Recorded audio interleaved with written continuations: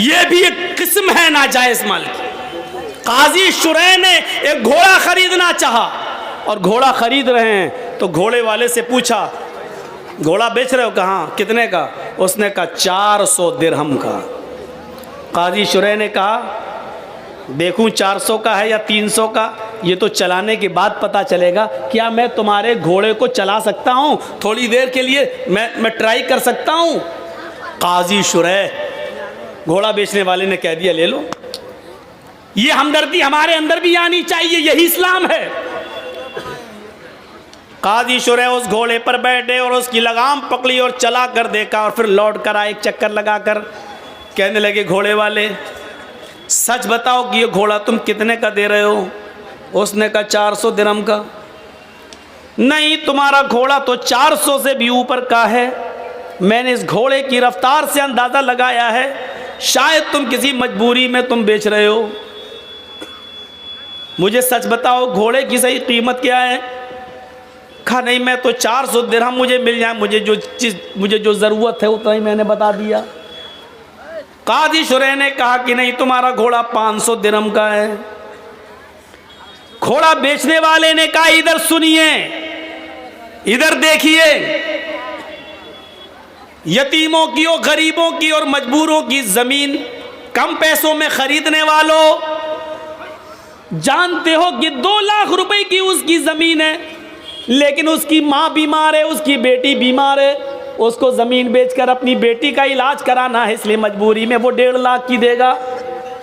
और हम इंतज़ार कर रहे हैं कि वो अपनी बेटी का या अपनी बीवी का इलाज या अपने बच्चे का इलाज कराएगा तो 2 लाख की ज़मीन 1.5 में भी बेचेगा और हम 1.5 में ख़रीद लेंगे, जबकि हमें मालूम है कि उसकी ज़मीन 2 लाख की है, कीमत उसकी सही है, लेकिन मजबूरी में वो 1.5 लाख के बेच रहा है और हम 1.5 लाख की उसकी ज़मीन ले रहे हैं। ये भी पैसे की एक हराम किस्म है, जो तुम चाहे उसने अपनी मर्जी से क्यों न दी हो, लेकिन तुम्हें मालूम है कि उसने मजबूरी से दी है, तो आपकी ये 1.5 लाख रुपए की ली हुई 50,000 का जो चूना लगाया आपने, ये हराम कमाई होगी और इसने पूरी कीमत को हराम कर दिया है और तुम एक मजबूर की मजबूरी का फायदा उठा रहे हो।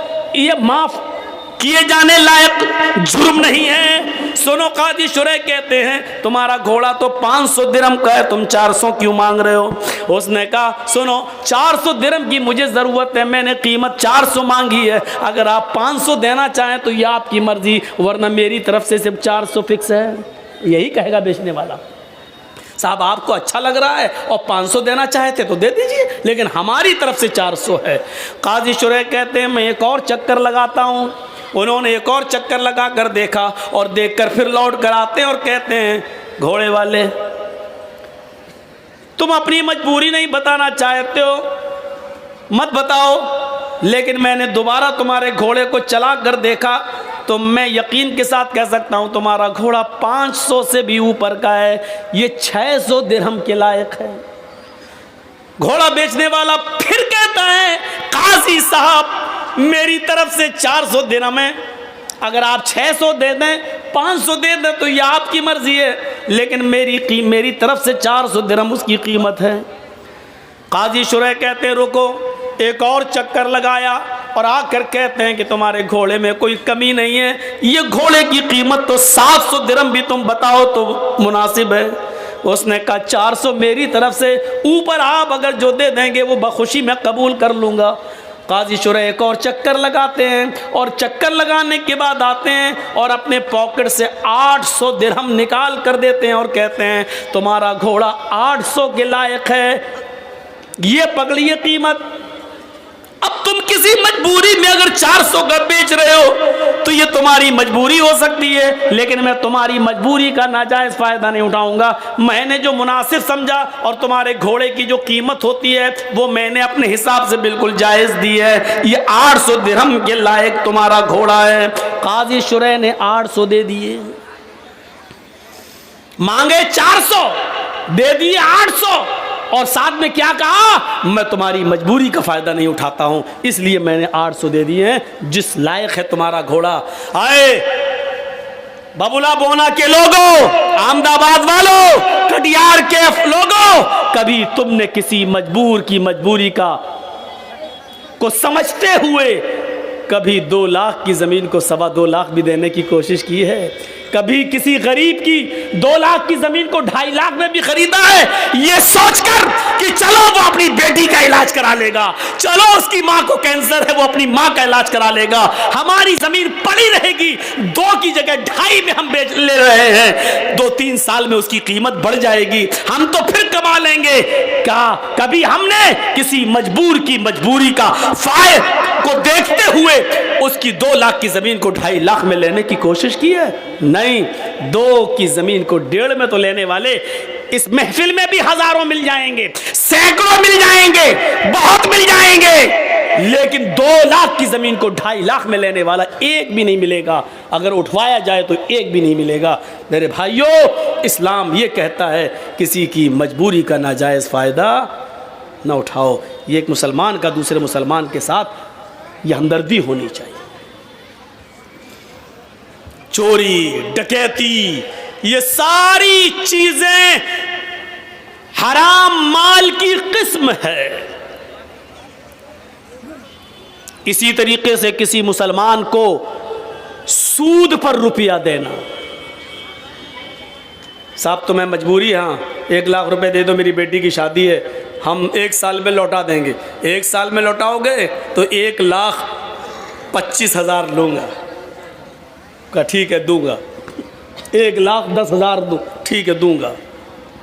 ये भी हराम माल की एक किस्म है। किसी को हम मदद तो कर रहे हैं, कर्ज तो दे रहे हैं, लेकिन शर्त ये लगा रहे हैं कि 1 लाख रुपए की जगह पर हम 1 साल के बाद तुमसे 1,40,000 लेंगे, 1,20,000 लेंगे, बढ़ के लेंगे, क्योंकि हमारा पैसा जा रहा है। अगर हमारे पास होता तो 1 साल में हम कितना कमाते, लिहाजा हम 20,000 तुमसे ज़्यादा लेंगे।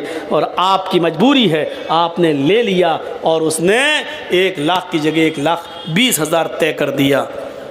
जानते हो ये ज्यादा रकम क्या क्या कहलाती है? सूद।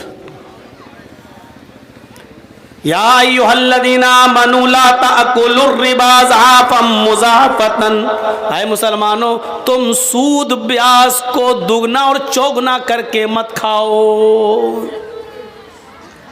सुनिए, जिसने 1 लाख रुपया दिया, बदले में 5 महीने 6 महीने के बाद 1 साल के बाद 1,10,000 1,20,000 लिया, उसने कितना बड़ा जुर्म किया है। इस्लाम की नजरिए से देखना चाहते हो तो सुनो, अल्लाह के नबी फरमाते हैं अर्रिबा सबऊना हुबन, अर्रिबा सबऊना हुबन व ऐसरुहा अयन कि हर्रजुलु उम्महू।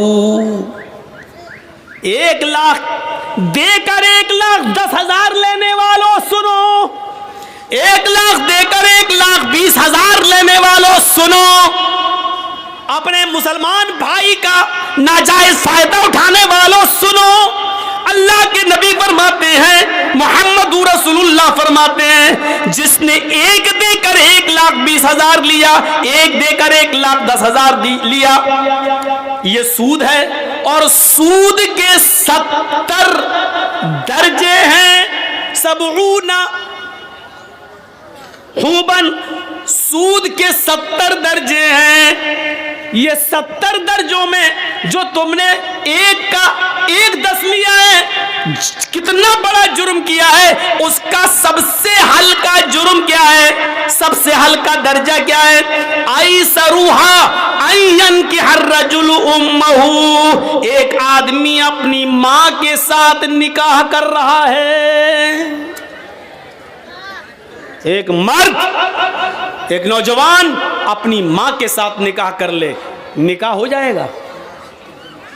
हदीस में निकाह का लफ्ज है अय्यन कि हर्रजुलु उम्महू, मर्द अपनी मां के साथ निकाह कर रहा है। कहने का मकसद क्या बता दूं, जरा सुनो सूद खाने वालों, सुनो निकाह का लफ्ज क्यों कहा है। अल्लाह के रसूल ने कहा जैसे कोई मर्द अपनी मां के साथ निकाह कर रहे, निकाह होगा ही नहीं।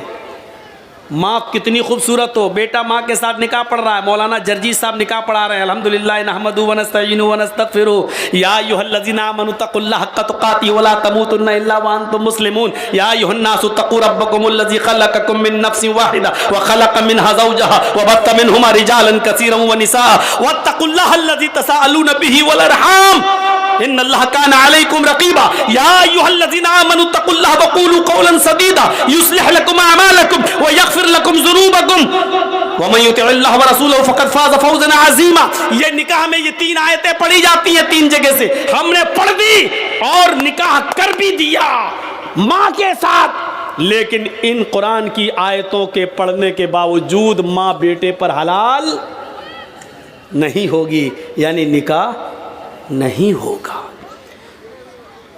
पूरा कुरान पढ़ दिया, उसके बाद निकाह पढ़ा दिया, फिर भी निकाह नहीं होगा। जिस तरीके से अल्लाह के नबी के बताने का मकसद क्या है, जिस तरीके से पूरा कुरान पढ़कर, बल्कि हजारों बार कुरान पढ़कर, लाखों मर्तबा कुरान पढ़कर भी अगर तुम निकाह करना चाहो माँ के साथ, तब भी माँ हलाल नहीं होगी। उसी तरीके से जितना मुश्किल एक लड़के के लिए उसकी माँ का हलाल होना मुमकिन नहीं है, उसी तरीके से किसी मुसलमान के लिए, किसी मुसलमान की मजबूरी का फ़ायदा उठाकर उससे 10,000 रुपये ज़्यादा लेकर सूद खाना भी हलाल नहीं है। जिस तरह माँ हलाल नहीं हो सकती है, उसी तरीके से सूद भी हलाल नहीं हो सकता है, चाहे उस सूद पर 10 लाख मरतबा कुरान क्यों ना पढ़ लिया जाए। और दूसरा मकसद क्या है अल्लाह के रसूल के ये बताने का? सुनो, बहुत सुन चुके हो वेदों के मंत्र। आज हमारी तकरीर और तकरीरों से हटकर है, आज हमारा प्रोग्राम और प्रोग्रामों से बिल्कुल हटकर है। आज हमारा टारगेट सिर्फ आप हैं, हम हैं, हमारा समाज है, हमारा मुआशरा है। क्या हुआ भैया, आपके भी कमर में दर्द हो रहा है?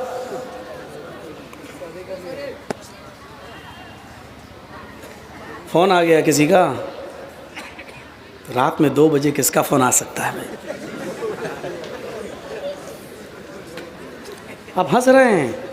आज के इस जलसे में कितने लोग फोन पे बात करके आए होंगे, आ रही हो, फलां दुकान पे फलां जगह मिलेंगे, क्योंकि आज के दिन लड़कियों को माँ बाप इजाज़त दे देते हैं, जा रही जलसे में, ठीक है जाओ, अच्छे काम के लिए जाए। बाप बेचारा खुश है जलसे में, जाके देखो, मुआयना करके देखो, ऐसा लगेगा जैसे एक कुतिया के पीछे 10-10 कुत्ते लगे होंगे। घूम के देखो, मुआयना करके देखो। ये मिसाल मैं हर जगह दे रहा हूँ, कल भी दी थी, परसों भी दी, आज भी दे रहा हूँ, और इसको कल भी दूंगा। जहाँ जहाँ देखूंगा हालात वहाँ दूंगा। हालात है ये, जलसों में जब लड़के और लड़कियों का ये हाल हो तो और क्या। दूसरा नजरिया देखिए। पहली बात, जिस तरह माँ के साथ चाहे कितनी मर्तबा निकाह किया जाए माँ हलाल नहीं हो सकती, उसी तरह सूद भी हलाल नहीं हो सकता। दूसरा मकसद, दूसरा बताने का मकसद क्या अल्लाह के रसूल का? जिस तरह कोई लड़का अपनी माँ के साथ निकाह करके अपनी माँ को रख ले और माँ को के साथ हम बिस्तरी करें, तो पूरा समाज उसको कितनी बुरी नज़र से देखता है कि देखो अपनी माँ को रखे हुए हैं, देखो अपने माँ के साथ शादी कर ली। समाज इसको बर्दाश्त नहीं करेगा कि कोई शख्स अपनी माँ के साथ निकाह करके अपनी माँ को अपनी बीवी बनाकर रखे। तो समाज जिस तरह इस आदमी से नफरत करता है कि जो अपनी माँ को रखे हुए हो, इसी तरह समाज और गांव को चाहिए, मुआशरे को चाहिए कि सूद खाने वाले को इसी नफरत की नज़र से देखे, इससे भी बुरी नज़र से देखे, क्योंकि ये तो सबसे हल्का दर्जा है। 69 दर्जे इससे भी ऊपर हैं सूद के और ब्याज खाने वाले के, ये तो हल्का दर्जा है। 70 दर्जे हैं, ये हल्का है। तो इससे 70 गुना ज्यादा बुरा उस आदमी को समझा जाए जो सूद खाता है। अब सोचो, सूद खाने वाले का हमारे मुआशरे में सोशल बाइकाट होना चाहिए। ना इसकी लड़की लेना चाहिए, ना इसको लड़की देना चाहिए, न इसकी शादी में बैठना चाहिए, ना इसको शादी में बुलाना चाहिए, ना इसके खुशी में शामिल होना चाहिए, ना इसके मौत मिट्टी में शामिल होना चाहिए। इसका सोशल बाइकाट होना चाहिए। इसका बाइकाट नहीं हो रहा है। इसको आज रोजगार समझा जा रहा है। ये तो रोजी रोटी कमाने का जरिया है, वो कर रहा है वो धंधा। अभी इस गांव का कोई लड़का किसी लड़की को लेके भाग जाए, 2 दिन बाद पंचायत बैठ जाएगी समाज की। है कैसे भागा, उस लड़की की जिंदगी बर्बाद हो गई है, चलो या तो 2 लाख जुर्माना दो या उस लड़की के साथ निकाह करो। अभी पंचायत बैठ जाएगी, सजा मुतय्यन कर दी जाएगी उसकी, या तो शादी करो उस लड़की के साथ क्योंकि तू लेके भागा है, या फिर तू 2 लाख रुपए जुर्माना दे क्योंकि लड़की की जिंदगी बर्बाद हो गई। अब उससे कौन शादी करेगा? ये पंचायत फैसला करेगी, ये गांव का समाज फैसला करेगा। गांव के समाजियों, गांव की पंचायत में बैठने वालों, एक शख्स जब नमाज छोड़ता है तो उसकी पंचायत क्यों नहीं बैठती है? एक शख्स सूद खा रहा है, आपके गांव में 1 लाख देता और 1,25,000 लेता है, उसके खिलाफ आप पंचायत क्यों नहीं बिठाते हैं? एक्शन क्यों नहीं लेते हैं? ये आदमी तो इतना बुरा है, सूद खाने वाला। इतना बुरा तो वो शख्स भी नहीं है जो अपनी मां के साथ जिना कर रहा है। जब उससे भी गंदा सूद खाने वाला है तो आप ऐसे आदमी को समाज में बर्दाश्त कैसे कर रहे हैं? और आपके समाज में यह आदमी रह कैसे रहा है? मत कहो मौलाना गांव का मुखिया ही ऐसा है। अरे हो मुखिया हो, सरपंच हो, एमएलए हो, एमपी हो, मौलवी जर्जीस के जूते की बूट के नीचे नहीं समझता। कुरान और हदीस के आगे कोई अहमियत नहीं है इनकी। जर्जीस भी सूद खाएगा तो उसकी हदीस उसके ऊपर भी लागू होगी। कुरान और हदीस किसी को नहीं छोड़ता है। साहब मुअज़्ज़ज़ आदमी हैं, ऐसा मत बोलिए। मैं किसी का नाम थोड़ी ले रहा हूं, मैं किसी का नाम नहीं ले रहा हूं। जो भी इसमें इन्वॉल्व है बुरा है।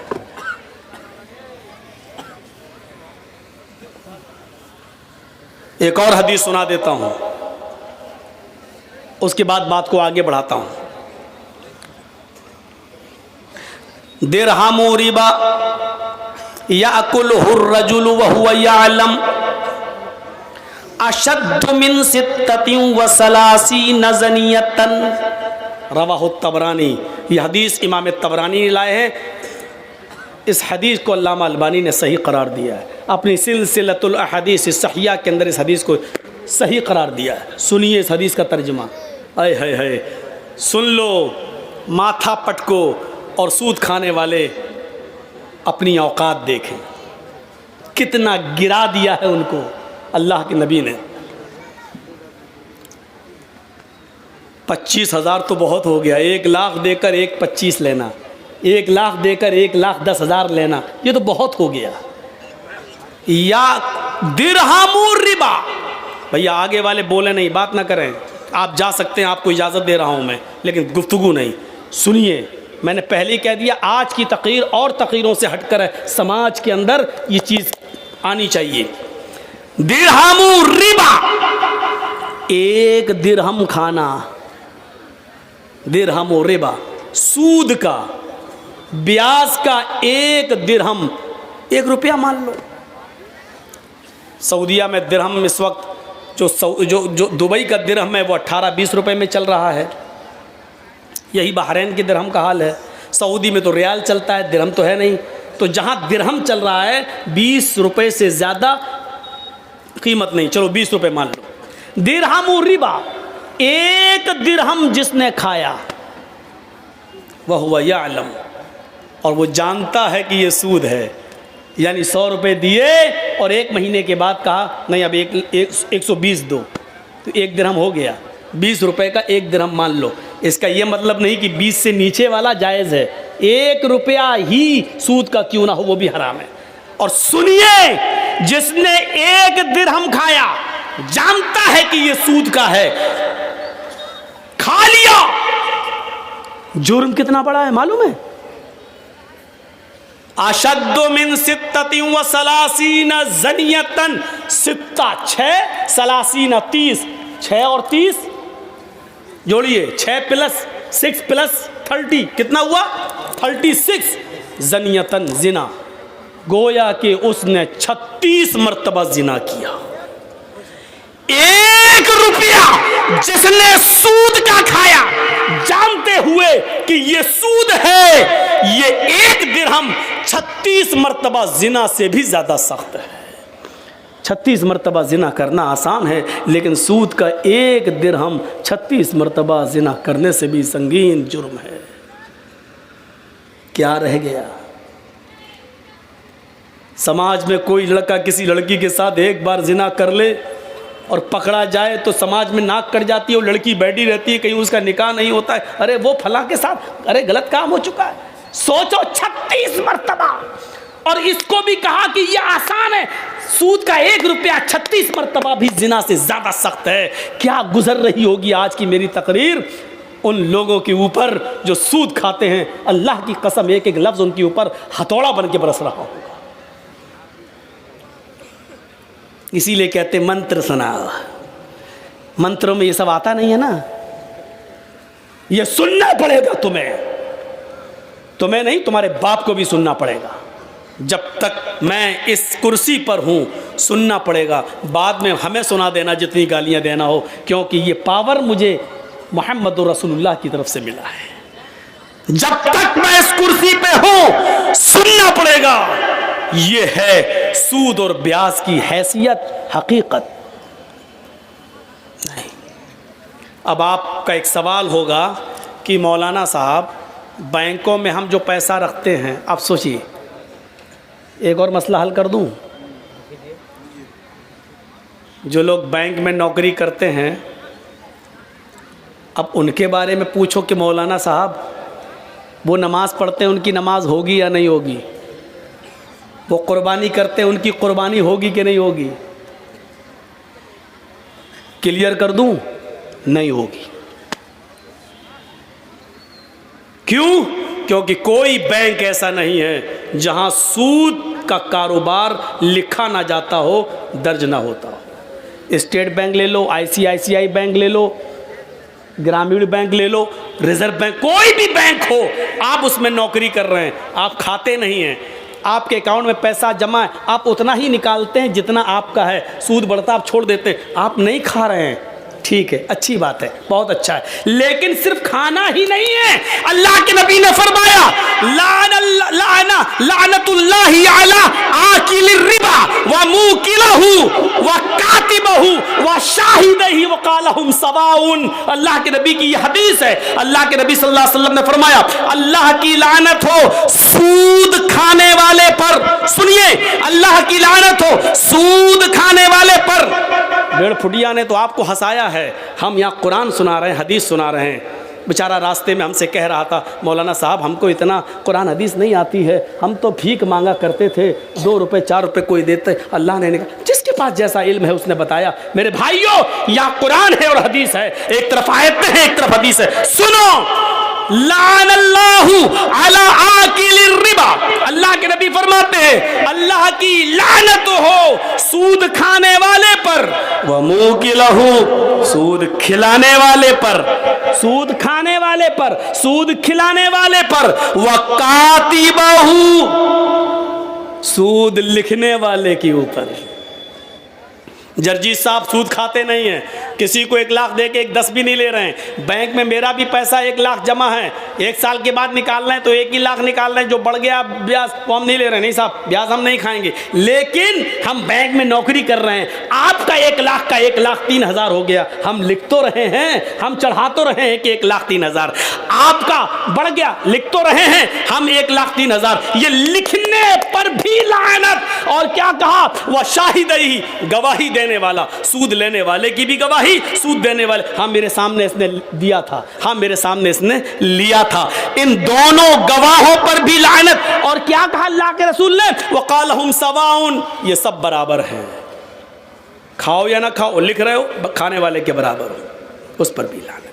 अब ये बताइए कि आप बैंक से अपना ही 1 लाख रुपए निकाल के लाए हो, 10,000 का बकरा लेके कुर्बानी कर रहे हो, लेकिन सूदी कारोबार लिखते तो हो, काम है, एंट्री तो करते हो, आपकी कुर्बानी कहां से जायज हो जाएगी? आप नहीं खा रहे, लिखते हैं, खाने वाले के बराबर हैं।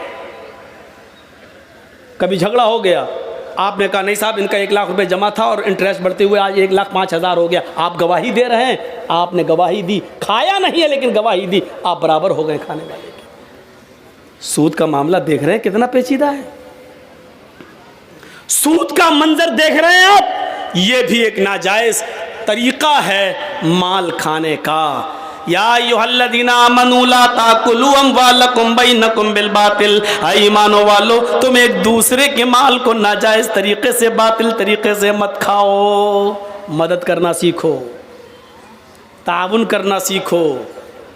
अल्लाह की कसम, अल्लाह के रसूल सल्लल्लाहु अलैहि वसल्लम फरमाते हैं कि अगर तुम अल्लाह पर वैसे भरोसा कर लो जैसे करना चाहिए तो अल्लाह तुम्हें ऐसे ही रिज्क देगा खाने के लिए जैसे चिड़ियां भूखे पेट घोंसलों से निकलती हैं और शाम को जब आती हैं तो पेट भरा हुआ होता है। अच्छा, हम और आप कितनी रोटी खा सकते हैं?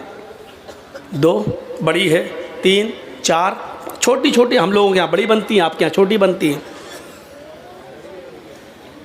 बड़ी भी बनती है आप लोगों के यहाँ, मैं जानता हूँ। कलाई की रोटी तो बहुत ही बड़ी बनती है। अब सुनिए मेरे भाइयों, यहाँ आपको बोलने की ज़रूरत नहीं है। वो जब उसकी तकरीर चल रही थी तो आप बोले, हंसे, सब कुछ हुआ, लेकिन यहाँ सुनिए आप कितनी खा लेंगे। एक मछली होती है, व्हेल मछली, सुना है नाम?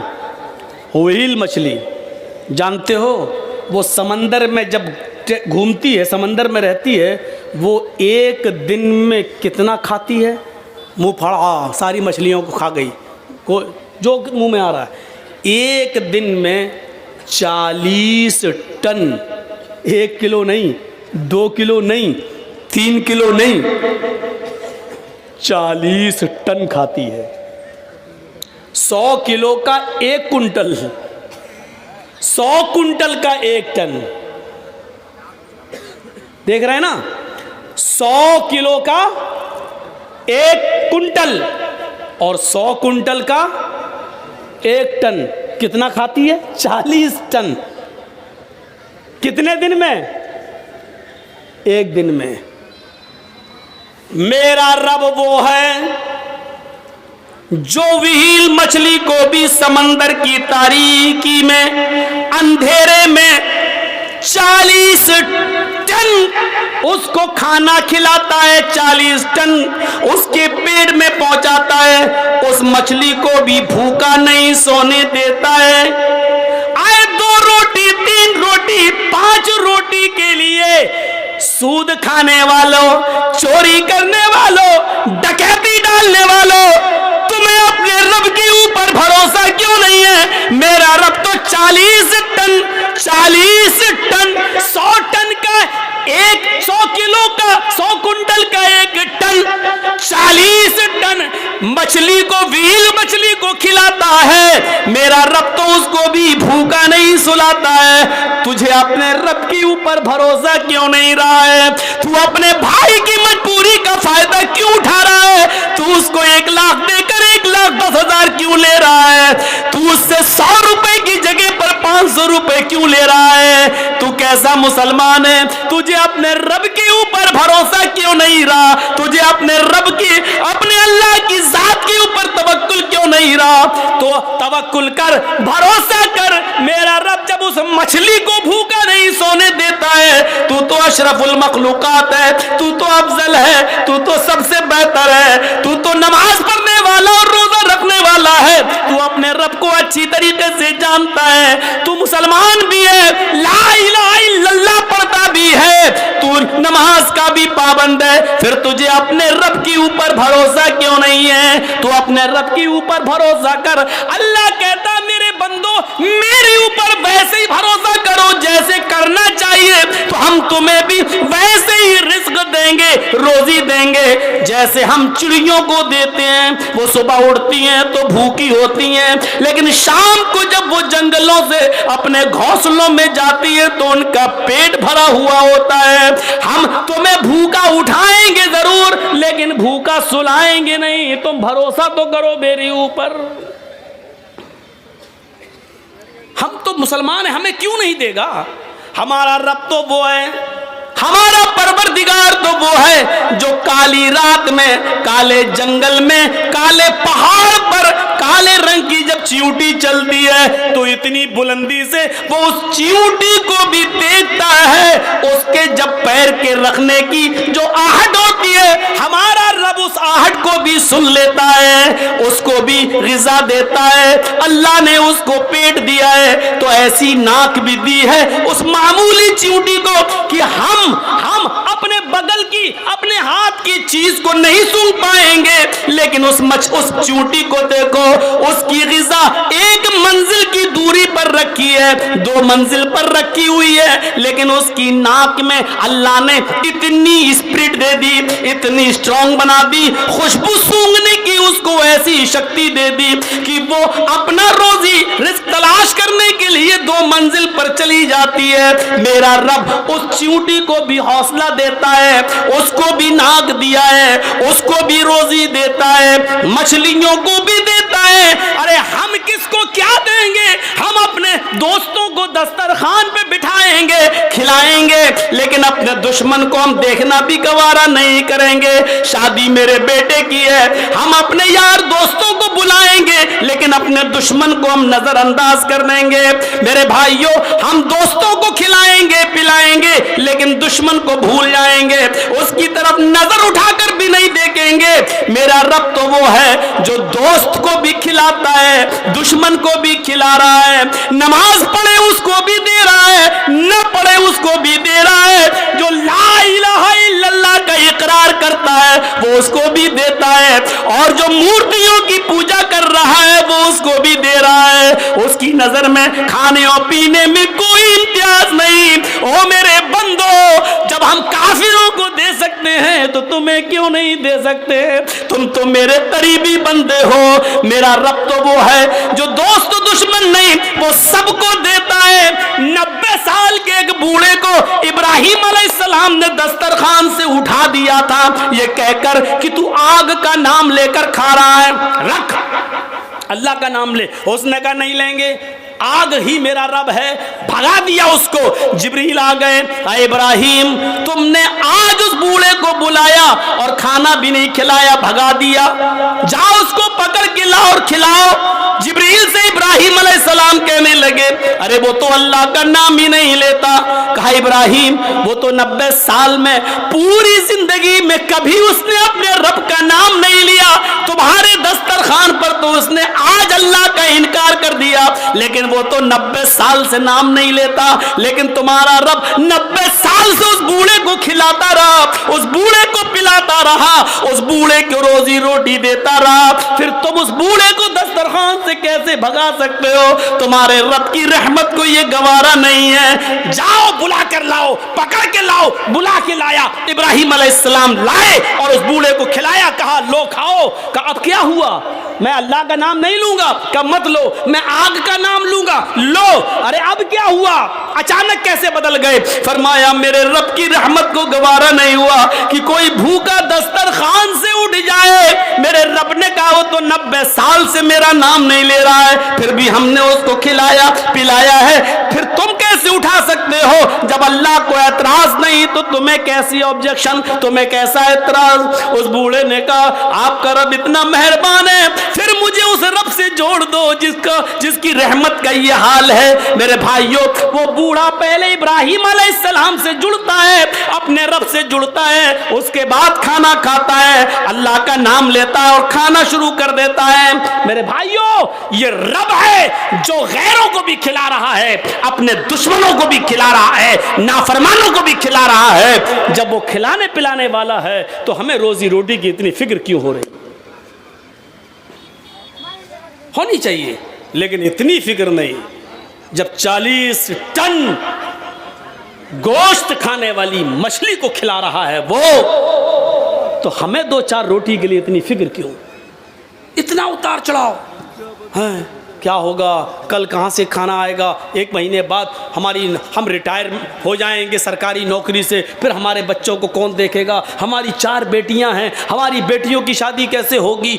इनके लिए जहेज का इंतजाम।